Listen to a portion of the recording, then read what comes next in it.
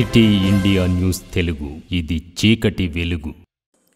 Welcome to city India news. రేపు BRS party ఆధ్వర్యంలో అన్ని మండల కేంద్రాల్లో రైతులతో మా పార్టీ కార్యకర్తలతో కలిసి ధర్నాలు చేస్తాం. ధర్నాకు వెళ్లే ముందు నిన్న ముఖ్యమంత్రి తెలంగాణ తల్లిని ఉద్దేశించి మాట్లాడిన చిల్లర మాటలకు నిరసనగా తెలంగాణ తల్లికి పాలాభిషేకం చేసి నిరసనలో కూర్చోండి, ఒకవేళ విగ్రహం లేకపోతే తెలంగాణ తల్లి ఫ్లెక్సీ అయినా పెట్టి పాలాభిషేకం చేసి ఈ మూర్ఖుడిని క్షమించమని కోరదాం విజ్ఞప్తి చేస్తున్నామంటూ కేటీఆర్ అన్నారు.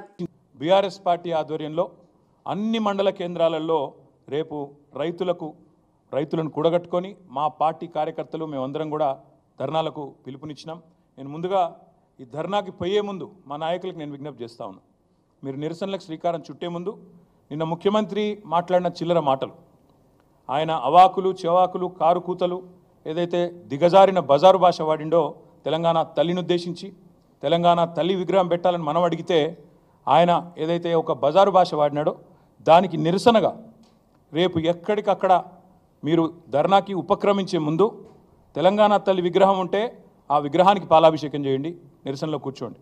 ఒకవేళ అక్కడ విగ్రహం లేకపోతే మీ మండల కేంద్రాల్లో తప్పకుండా ఒక ఫ్లెక్సీ అన్న పెట్టి తెలంగాణ తల్లిది ఆ తల్లికి పాలాభిషేకం చేసి ఈ మూర్ఖుడిని క్షమించమని కోరి దయచేసి నిరసనలకు ఉపక్రమించమని చెప్పి మా నాయకులకు మా కార్యకర్తలకు నేను విజ్ఞప్తి చేస్తా ఉన్నా.